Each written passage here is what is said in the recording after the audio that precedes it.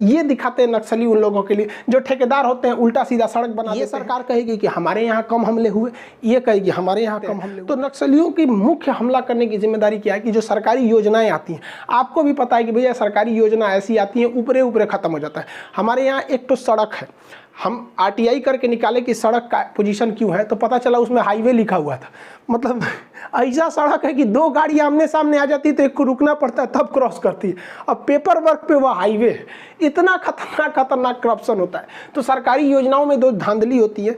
आदिवासी तो अपने उतना पढ़े लिखे नहीं होते हैं, वो पौराणिक मतलब मान्यताओं को अभी भी लेकर आए, तो उनका जो शोषण होता है ये दिखाते हैं नक्सली उन लोगों के लिए जो ठेकेदार होते हैं, उल्टा सीधा सड़क बना देते हैं इनके खिलाफ। मीडिया इसमें नक्सलियों के लिए भी हो जाती है। मीडिया अपनी टीआरपी बढ़ाने के लिए, अपने को दिखाने के लिए, जब भी कभी कमांडो ऑपरेशन होता है या कुछ होता है तो मीडिया बढ़ चढ़ के दिखाने लगती है, ये देखिए हमारे कमांडो जा रहे हैं, इसका मतलब कोई बड़ा कार्रवाई होने वाला है। इसी में वो लोग भाग जाते हैं। वहाँ पर पत्रकारों को, वहाँ पर लोकल पत्रकार भी इसमें बहुत गलत भूमिका निभाते हैं, सब हमारी सूचनाओं को लीक करने के लिए यहाँ पर। और जो भारत में करप्शन है, अगर केंद्र सरकार नक्सलियों को के प्रभाव से छुड़ाने के लिए आदिवासी इलाका में अगर स्कूल बनाती है तो साले सब ऐसा स्कूल बनाएंगे, सब ठेकेदार सबकी 2 महीना में गिर जाएगा स्कूल वहाँ पर। तो करप्शन लेवल जानबे करते हैं हम लोग। करप्शन को ख़त्म करने में हम लोग 86 रैंकिंग पर है। हद है भैया करप्शन हम लोग के यहाँ पे। हर चीज़ में भैया हमारे यहाँ पॉलिटिक्स।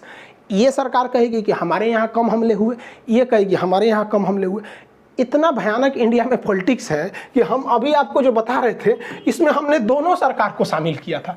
5 साल मनमोहन सिंह का भी, 5 साल मोदी जी का भी, क्योंकि फिर हमारा खींचने लगेगा सब वहाँ पे। तो ये हो गया इंडिया में पॉलिटिक्स। मतलब आप कुछ भी कीजिएगा ना तो आपको कहीं ना कहीं से ले जाके आपको पॉलिटिक्स में जोड़ देगा सब। वो कहेगा कि हमारी सरकार में।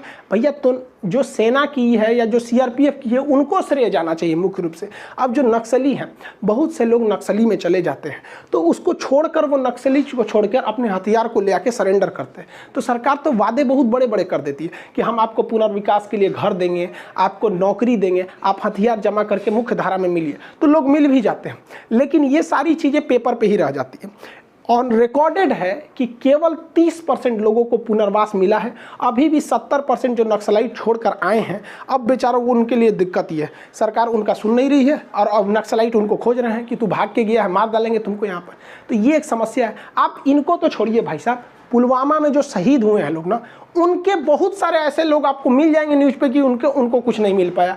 जो वहाँ शहीद हो रहे हैं उनको मिल ही नहीं रहा है। तो ये नक्सल छोड़ के आए, इनको कौन उतना ध्यान से देता है यहाँ पर। इसके बाद भी क्या होता है कि जो नक्सली छोड़ कर आते हैं, बहुत बार जो वहाँ डिस्ट्रिक्ट गार्ड पुलिस है वो क्या करती है, उन्हीं नक्सलिटों को फिर से हथियार देकर पुलिस में शामिल कर देती है और अग्रिम पीढ़ी में उसको रख देते हैं सब। अब वो सोचते हैं कि भाई हम वो बलि का बकरा बना रहे हैं। तो कई बार ऐसा भी हुआ है, ये रियल घटना है कि नक्सली छोड़कर मुख्य धारा में आए थे, लेकिन यहाँ उतनी सुविधाएं जो सरकार ने कहा था नहीं मिल पाया, तो फिर लड़ाई पे भी गए। अब पुलिस के साथ लड़ रहे थे और बीच में जाके वो नक्सलियों से मिल गए, तो ये बहुत घातक हो गया।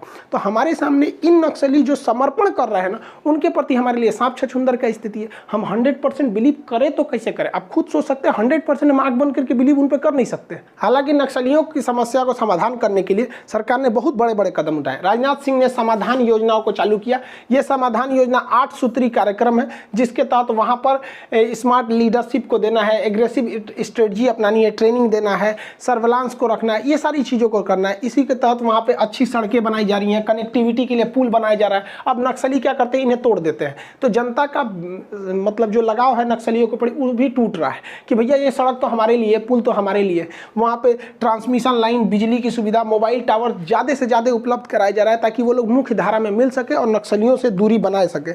यहाँ पर सरकार ने भी वहाँ पर स्कूल खोले हैं, हॉस्पिटल खोले हैं। अब नक्सलाइट कहते हैं वहाँ मत जाओ। सरकार को भी करना चाहिए। जिस तरह से एक मतलब हम लोगों ने वैक्सीन लगाने के लिए एक उम्र की श्रेणी बनाया है ना कि 45 से 60 वालों को, 60 से ऊपर वालों को, जितने विदेशों में हमने वैक्सीन मतलब निर्यात किया है वहाँ पे, अगर उससे कुछ ही वैक्सीन की मात्रा में हम लोग आदिवासियों को वैक्सीनेशन कर सकते हैं, इससे कि हम उनका दिल जीत सकते हैं कि देखो भैया भारत में एक ऐसी भी स्कीम है कि नहीं आदिवासियों को भी वैक्सीन लगेगी।